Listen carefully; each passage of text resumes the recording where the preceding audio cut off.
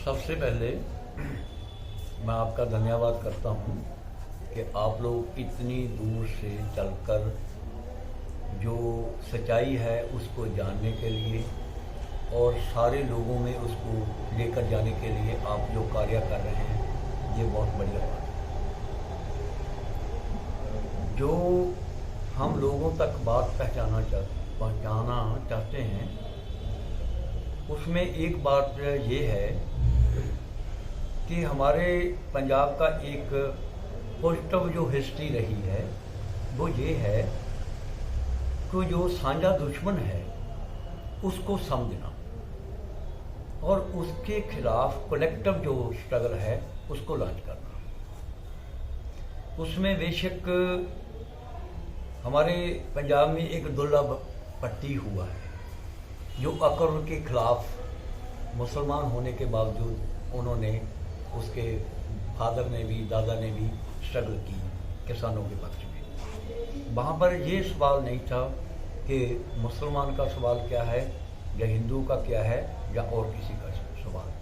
यही बात थी कि भाई अकबर जो कर रहा है वो अच्छा नहीं कर रहा है, इसलिए हमको कलेक्टर रूम में इस चीज़ के खिलाफ स्ट्रगल करना चाहिए। ऐसे ही सिख धर्म की जो स्ट्रगल है वो भी ये है कि जो लूट और जबर करता है हम उसके खिलाफ हैं।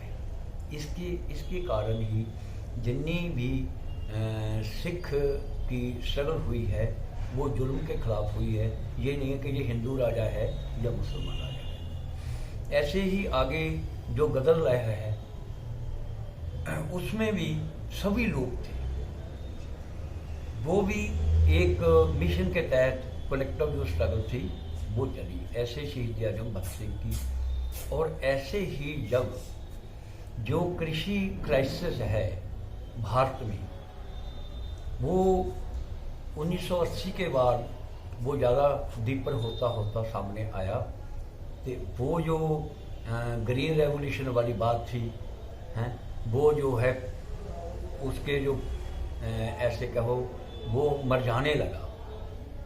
उसके तहत जो ऑर्गेनाइजेशन लगातार डेवलप हो रही थी उसमें एक बात चल रही थी कि साझी जो स्ट्रगल है उसको कैसे आगे बढ़ाया जाए, लेकिन उसमें जो समझदारी की वो कमी थी।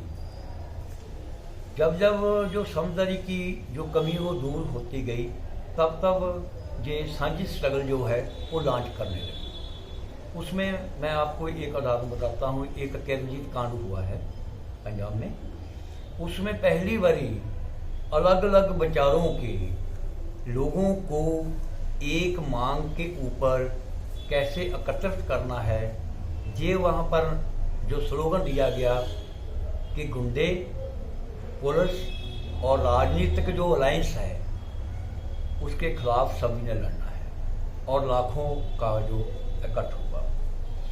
वो जो समझदारी थी वो आगे आगे बढ़ती जो क्राइसिस जो है वो डीपन होता गया। उसके तहत ये भारत में मोदी सरकार आने के बाद जो फासिज्म का अटैक शुरू हुआ, फिर आस्ता आस्ता पंजाब में किसी के ऊपर भी जबर जुल्म होता था।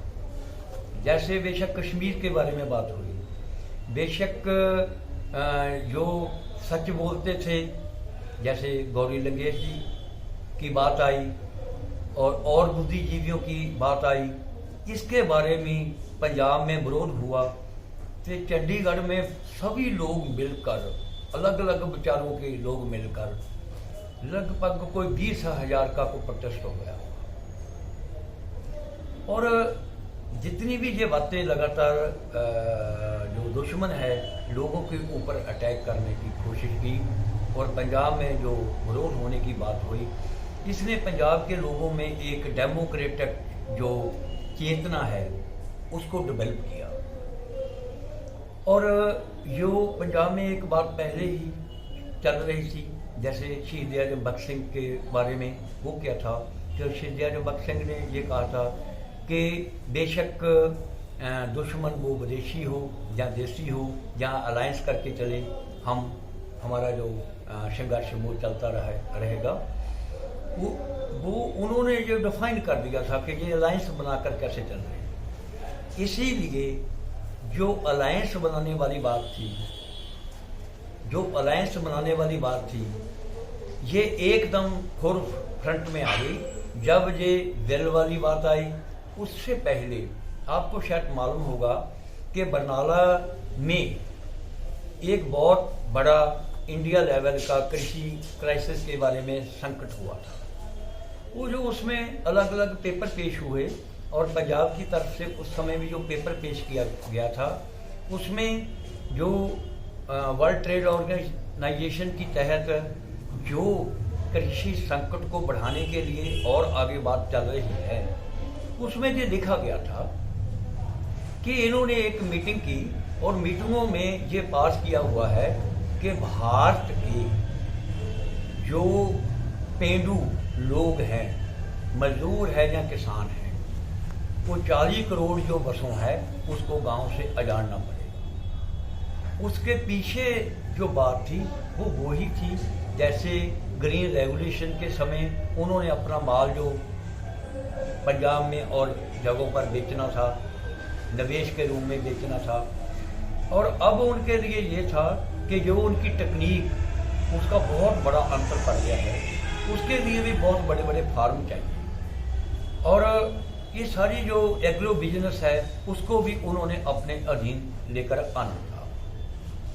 इसके लिए जो वर्ल्ड का क्राइसिस है उसको वो सॉल्व करने के लिए हमारे लोगों के ऊपर बोझ कैसे डालना है, ये उनकी पूरी स्कीम थी।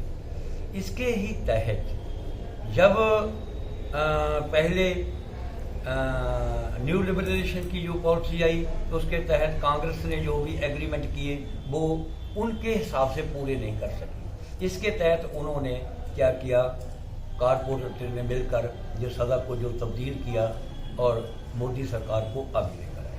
और मोदी सरकार ने जिस ढंग से ये सारी नीतियों को, पॉलिसियों को लागू करने की कोशिश की, और उसने खुद ये जगह बना दी कि आप मेरे खिलाफ लड़ने के लिए तैयार हो, और लोगों ने सांझे रूप में उसका जवाब देना आस्ता आस्ता शुरू किया। इसके तहत जो पंजाब में फाशीवाद विरोधी भी फ्रंट बना हुआ था, उसमें भी जितनी भी जथेबंदियां थी वो भी, और जो अलग भी थी जैसे राज्यपाल अलग थी, लखोवाल अलग थी, और जथेबंदियां अलग थी। हमारी कोशिश हुई कि सभी को इकट्ठा कैसे किया जाए, क्यों कि मतभेद तो बहुत थे, मतभेद होना अलग बात है, लेकिन अगर हमारे ऊपर सभी के ऊपर हमला है तो अगर हम उस दुश्मन के खिलाफ इकट्ठे नहीं होते, उस बात के लिए इकट्ठे नहीं होते, तो हम अक्लमंद नहीं होंगे, हम बेवकूफ होंगे। हमने वो अक्लमंदी वाली बात को समझने की कोशिश की और इकट्ठे मिलकर पंजाब बंद का जो स्लोगन है वो दिया, इसको क्लोज किया।